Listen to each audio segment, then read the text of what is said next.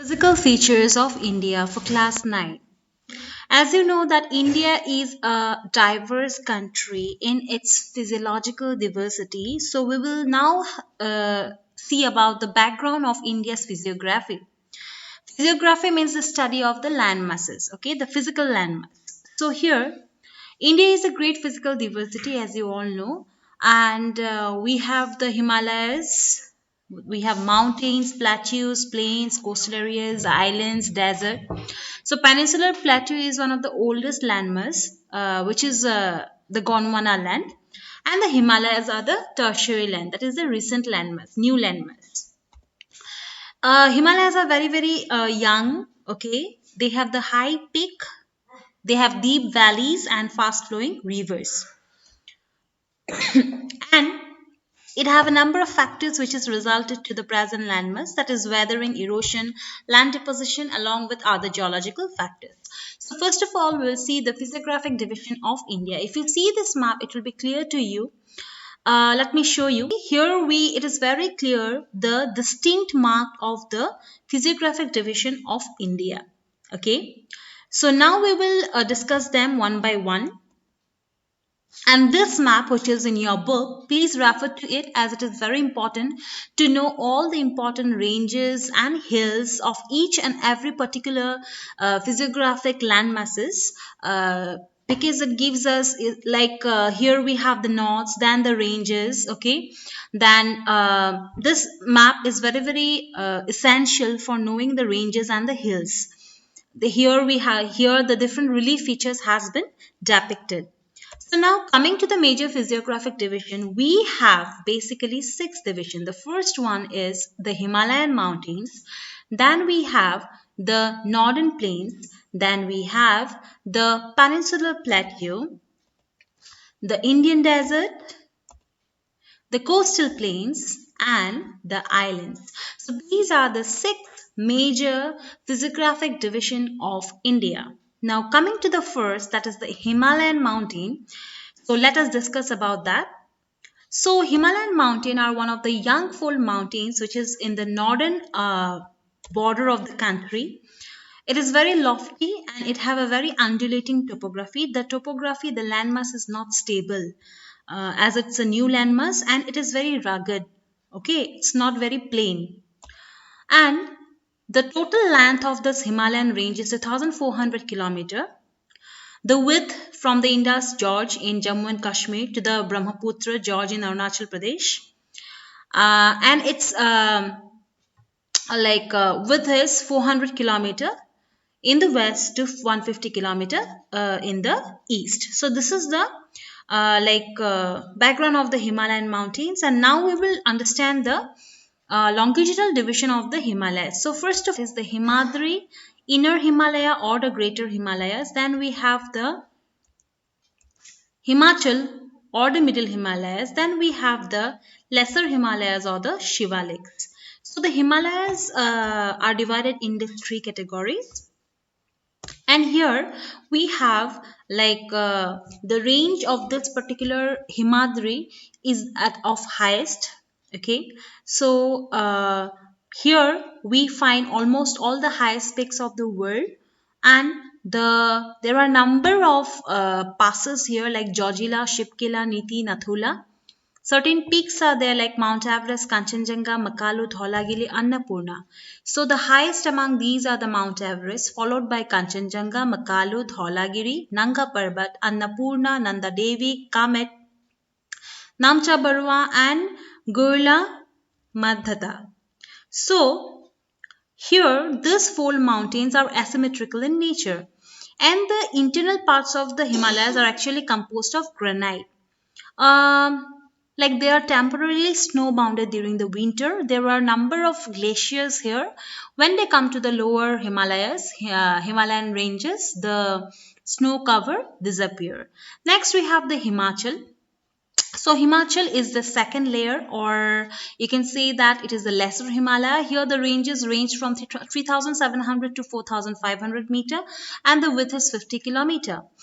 Here certain ranges are like there, like Pir Panjal in Jammu and Kashmir, Dhauladhar in Himachal Pradesh, Here we have the famous valleys like Kashmir, Kangra, Kullu, Manali. So this particular range is known for hill stations. Then at last we have the Shivaliks, or the outermost range. Here, it is about 10 to 50 kilometer, and it have an altitude of about 900 to 1100 meters. So here we have certain rivers like which are flowing from the highest peak. They come towards the down, and all the materials are deposited here. They have some longitudinal valleys in between the lesser Himalaya and the Shivaliks, and they are known as dunes. For example, we have Kotli Dune, Patli Dune, Dehradun, etc.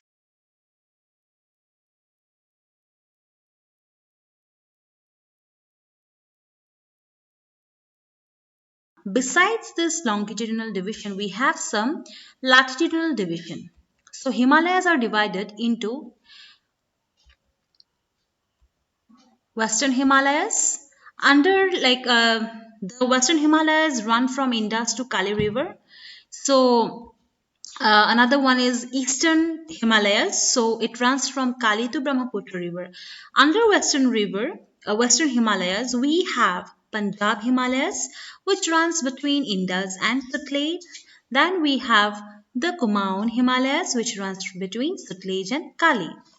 Among the eastern Himalayas, we have Nepal Himalayas, which runs from Kali and Kosi. Then we have the Sikkim Himalayas, which runs from Kosi and Teesta. And at last, we have the Assam Himalayas, which runs from Teesta and Dihang. Dihang is the other name of Brahmaputra. It is named as Dihang in Arunachal Pradesh. Now, coming to the next physiographic diversity, that is our northern plain. So, northern plain is basically dominated by three particular rivers, that is Indus, Ganga and Brahmaputra. These three are the Himalayan rivers. So, they dominate the northern plain. So here, this basically the alluvial soil are deposited, and it is one of the most fertile regions of the world.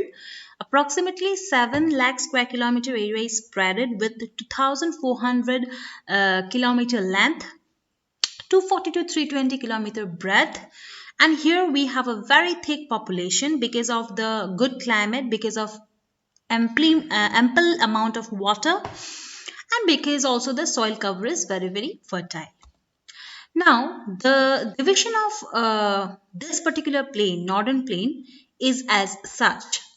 First, we have the Indus plain or the Punjab plain. Maximum part of the Indus or the Punjab plain lies in Pakistan.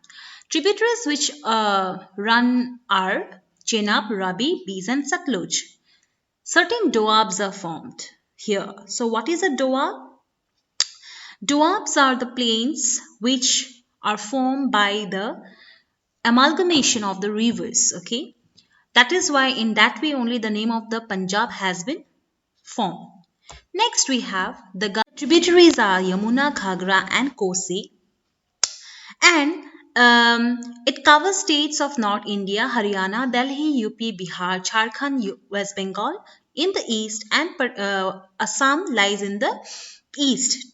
It extends up to the Brahmaputra plain. So next we have the Brahmaputra plain. So here, Brahmaputra plain, the tributaries are Lohit, Dibang, Siang, Kameng, Subansiri, Dihing, Dikho, Disang, and it forms the largest delta in the world. Okay, that is the Sundarban Delta. Now, let us talk about the different regions which are formed by northern plain. Although we have said that northern plain, it's a plain area, but remember, it is not very even. Okay, like you can see here, this is the higher most, that is the Bhabur. Then we have there are different zones. Okay, in plain also the relief are different. As you can see here, the elevation, these are all plain level, but here we have 10 to 50 meter, 50 meter to 100 meter, 100 meter to 150 meter, 150 meter to 250 meter.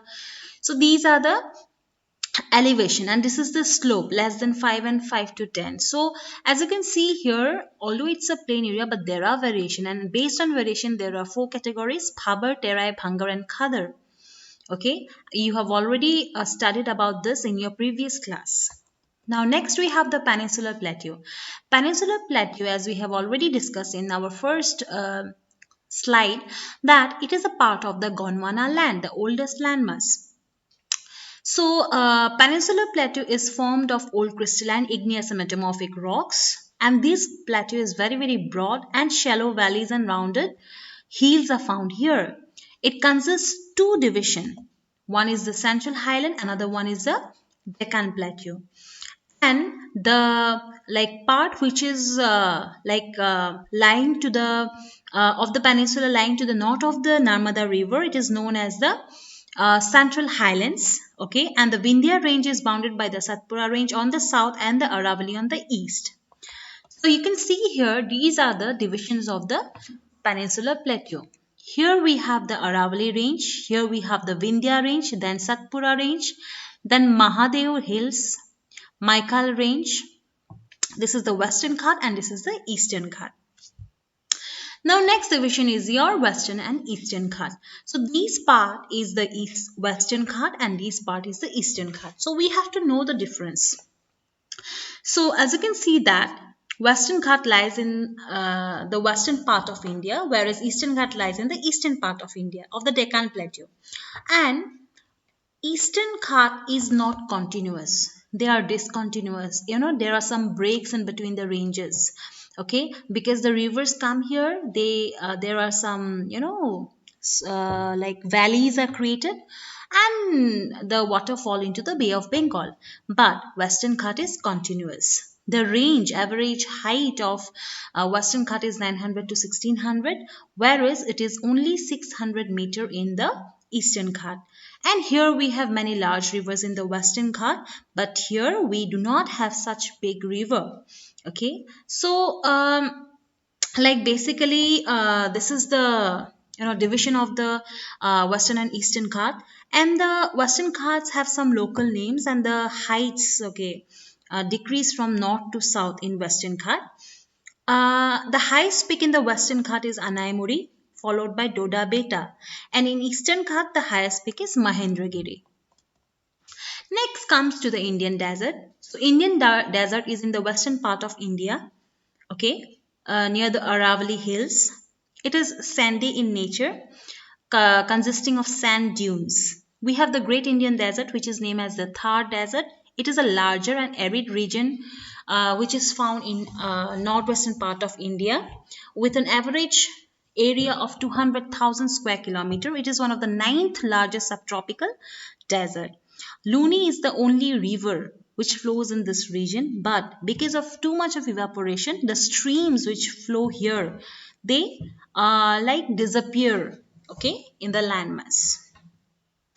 Barchans are found. Barchans are the is a feature like is a cushion shaped dune only, and there are some other longitudinal dunes also. They are more prominent in Indo-Pakistan boundary. So next we have the coastal plain. So when we refer to the coastal plains are near the Ghats, okay. Eastern coastal plains lies near the Eastern Ghat and western coastal plain lies near the Western Ghat. So in the western coastal plain, we have the Konkan coast on the north and Malabar coast on the south. And in the eastern coast, we have the northern Sirkar on the north and we have the Coromandel coast in the south. So here in the northern part, like large rivers such as Mahanadi, Godavari, Krishna, Kaveri, they form different deltas here. And Lake Chilika, okay, Chilika Lake is one of the most important lake which has been formed, and it is the largest saltwater lake which is found in India. So this is all about the coastal plain. Next we have the islands. When we come to island, as you know that we have two group of islands, that is Andaman and Nicobar Island and Lakshadweep Island. So Andaman Islands. So Andaman Islands are situated in the Bay of Bengal, and they are bigger in size and are like numbers of approximately 572 islands are found in Andaman and Nicobar. Okay, so Andaman is in the north, Nicobar is in the south, and in these islands there are some submarine mountains also. Okay, and they have variety of flora and fauna because they are near to the equator and they have equatorial climate. Among the 572 islands, 38 of the Andaman and Nicobar Islands are inhabited and 550 are in Andaman, 22 are in Nicobar. And these islands are of volcanic origin. Next, we have the Lakshadweep. So, Lakshadweep have 36 coral islands in total. Only 10 of them are inhabited and 6 of them are open for tourism. Okay. So, Lakshadweep is found, it's very close to Malabar coast of Kerala. And here we have the small coral island. It was known as Lakkadiv, Amindiv and Minicoy earlier, but after 1973, it is named as Lakshadweep. It is an area of only 32 square kilometer. Karavati Island is the headquarter, and here we have a variety of flora and fauna, and we have a bird sanctuary also in this place, that is uh, PT Island. So when I tell you Coral Island, how the Coral Island have been formed? Coral Island are formed because of the secretion which is done by the coral polyp. Coral polyp is a microorganism. Okay, they do not live for long years. Their life expectancy is very small, very short duration. So when they die, they secrete some chemicals from their body, calcium carbonate, and when they release this, reefs are formed. Okay, coral reefs are formed.